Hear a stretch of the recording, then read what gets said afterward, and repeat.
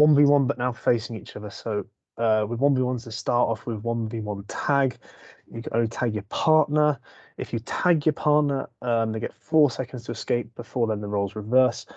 Don't be afraid to make this area small, otherwise it becomes really easy to escape.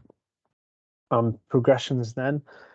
Instead of just running here, there, everywhere, they have to have starting positions facing each other, both at arm's length to each other. So get them to stand with their arms out straight like this. The attacker has to try and run past their partner without being tagged, okay? The tagger, so defender, cannot move until the attacker moves. So if he stands still, the defender can't move.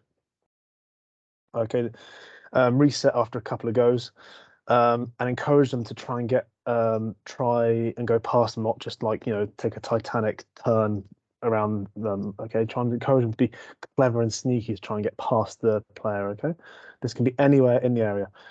Progressions for this then. Try and do the exact same but with a ball. Okay, defender, keep going with the tagging. Only move when the attacker touches the ball. So if he doesn't touch the ball, he cannot be tagged. Progression from this, make it tackling. Okay, again, make sure they switch over after a couple of goes. Again, this can be anywhere in the area. They got to start off with arm's length to each other. So they're with the ball, then it goes tagging, then go into tackling.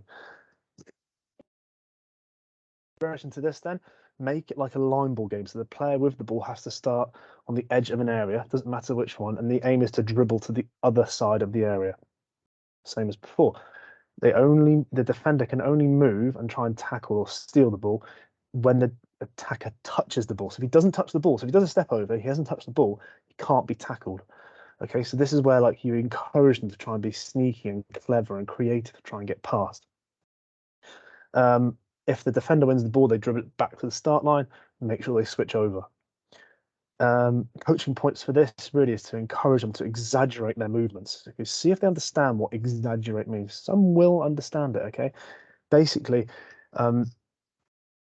like a step over or a feint or a dummy, if they just do a little movement, the defender's not going to believe it. Whereas if they really exaggerate it, go one way and then push off and go the other, the defender's going to believe it. So can they exaggerate that movement?